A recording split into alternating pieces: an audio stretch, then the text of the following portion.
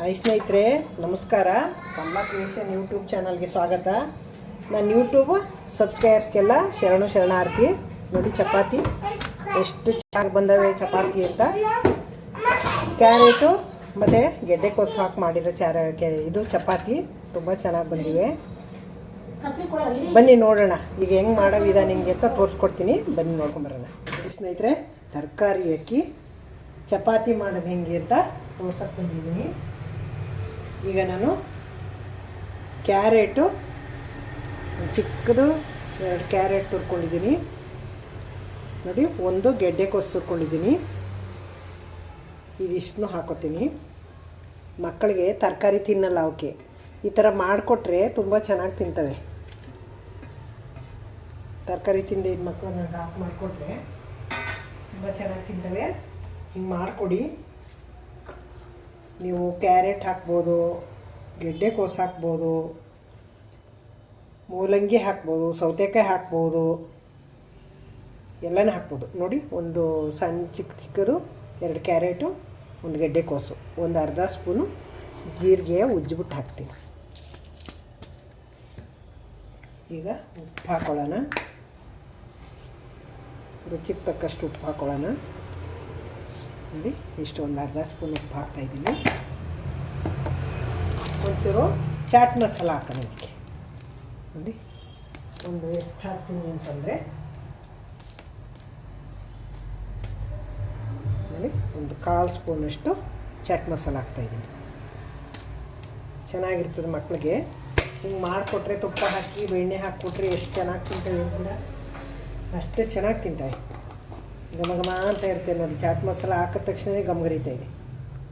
ನೋಡಿ, ಒಂದು 1/4 ಸ್ಪೂನಷ್ಟು ಖಾರದ ಪುಡಿ ಹಾಕೋತಾ ಇದ್ದೀನಿ.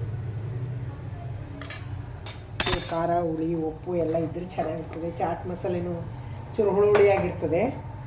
ನೋಡಿ, ಈಗ ಹಸಿಟ್ಟು ಹಾಕ್ಕೊಳ್ಳೋಣ. ನಮಗೆ ಎಷ್ಟು ಬೇಕೋ ಅಷ್ಟು ಹಸಿಟ್ಟು ಹಾಕ್ಕೊಂಡು ಕಲಿಸ್ಕೊಳ್ಳೋಣ. ಇದರಲ್ಲಿ ಒಂದು 2.5 ಕಪ್ಪು ಹಸಿಟ್ಟು ಹಾಕ್ಕೊಂಡಿದ್ದೀನಿ. ಇದರಲ್ಲಿ ಸಾಕಾಗುತ್ತೆ. ಎಲ್ಲನೂ ಮಿಕ್ಸ್ ಮಾಡ್ಕೊಳ್ಳೋಣ. ಎಲ್ಲ ಚೆನ್ನಾಗಿ ಉಪ್ಪು, ಖಾರ, ಕ್ಯಾರೆಟು ಎಲ್ಲ ಹಸಿಟ್ಟಿಗೆ ಮಿಕ್ಸ್ ಮಾಡಿಕೊಂಡು ಇದೆಷ್ಟು ನೀರು ತಡೆಯುತ್ತೆ ಆಮೇಲೆ ಹಾಕ್ಕೊಂಡು ನೀರು ಹಾಕಿ ಕಲಿಸ್ಕೊಳ್ಳೋಣ.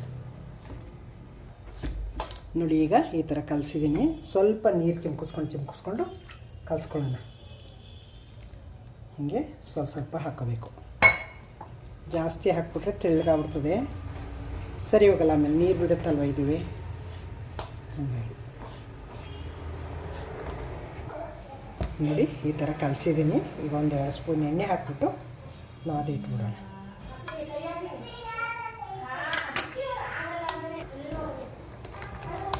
ನೋಡಿ, ಎಲ್ಲ ಕಲಸಿ ರೆಡಿಯಾಗಿದೆ. ಈ ಥರ ಒಂದು 5 ನಿಮಿಷ ಇಟ್ಬಿಡೋಣ. ಸ್ನೇಹಿತರೆ, ಚಪಾತಿ ಹಿಂಗೆ ಹರ್ಕೊಂಡು ಸಾಟಿ ಹಾಕ್ಬಿಟ್ಟು ಚಪಾತಿ ಮಾಡಿದ್ರೆ ತುಂಬ ಚೆನ್ನಾಗಿ ಸಾಫ್ಟಾಗಿ ಬರ್ತವೆ. ಈ ಥರ ಮೇಲೆ ಒಳಗಡೆ ಎಲ್ಲ ಎಣ್ಣೆ ಹಾಕಿ ಈ ಥರ ಸಾಟಿ ಹಾಕ್ಕೋಬೇಕು. ನೋಡಿ, ಈ ಥರ ಹರ್ಕೊಂಡ್ರೆ ಎಲ್ಲ ಥರ ಸೊಪ್ಪು, ಎಲ್ಲ ಥರ ತರಕಾರಿನೂ ಹಾಕಿ, ತುರಿ ಅಂತೇವೆ ಎಲ್ಲ ತರಕಾರಿನೂ ಹಾಕಿ ಮಾಡ್ಬೋದು. ತುಂಬ ಚೆನ್ನಾಗುತ್ತವೆ. ಮಕ್ಕಳು ತರಕಾರಿ ತಿಂದೇ ಇದ್ದಾಗ ಸಾಂಬಾರು ಮಾಡಿಕೊಟ್ರೆ, ಪಲ್ಯ ಮಾಡಿಕೊಟ್ರೆ ಸೈಡಲ್ಲಿ ಬಿಟ್ಬಿಡ್ತಾವಲ್ವ, ಅಂಥವಕ್ಕೆಲ್ಲ ಹಿಂಗೆ ಮಾಡಿಕೊಟ್ರೆ ಅವು ಗೊತ್ತೇ ಆಗಲ್ಲ, ತಿಂತವೆ. ನೋಡಿ,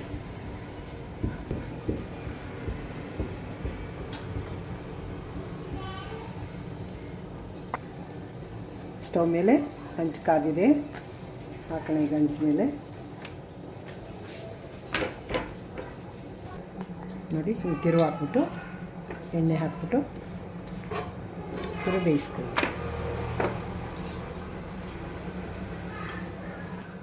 ನೋಡಿ ಸ್ನೇಹಿತರೆ, ಚಪಾತಿನ ಸರ್ವ್ ಮಾಡಿದ್ದೀನಿ. ನೋಡಿದ್ರಿ ಅಲ್ವಾ ಮಾಡೋ ವಿಧಾನ ಹೆಂಗೆ ಅಂತ. ಮನೇಲಿ ತರಕಾರಿ ಇದ್ದರೆ ಗೆಡ್ಡೆಕೋಸು ಹಾಕ್ಬೋದು, ಮೂಲಂಗಿ ಹಾಕ್ಬೋದು, ಕ್ಯಾರೆಟು, ಬೀಟ್ರೋಟು ಹಾಕಿ ಮಾಡ್ಬೋದು. ತುಂಬ ಚೆನ್ನಾಗಿರ್ತದೆ.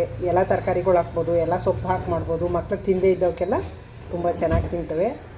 ಮಾಡಿಕೊಡಿ.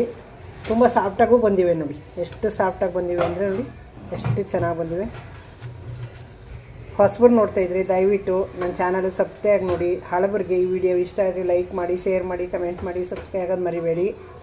ಸಪೋರ್ಟ್ ಮಾಡ್ತಾಯಿರಿ, ಕಮೆಂಟ್ ಹಾಕಿ, ನಿಮ್ಮನೇಲೂ ಮಾಡಿ ತಿಂದು ಹೆಂಗಾಯಿತು ಹೆಂಗೆ ಬಂತು ಅಂತ ಕಮೆಂಟ್ ಹಾಕಿ. ಕಮೆಂಟ್ಗೋಸ್ಕರ ಕಾಯ್ತಾ ಇರ್ತೀನಿ. Thank you. ನೆಕ್ಸ್ಟು ಇನ್ನೊಂದು ಸೂಪರ್ ವಿಡಿಯೋ ಜೊತೆಗೆ ಬರ್ತೀನಿ.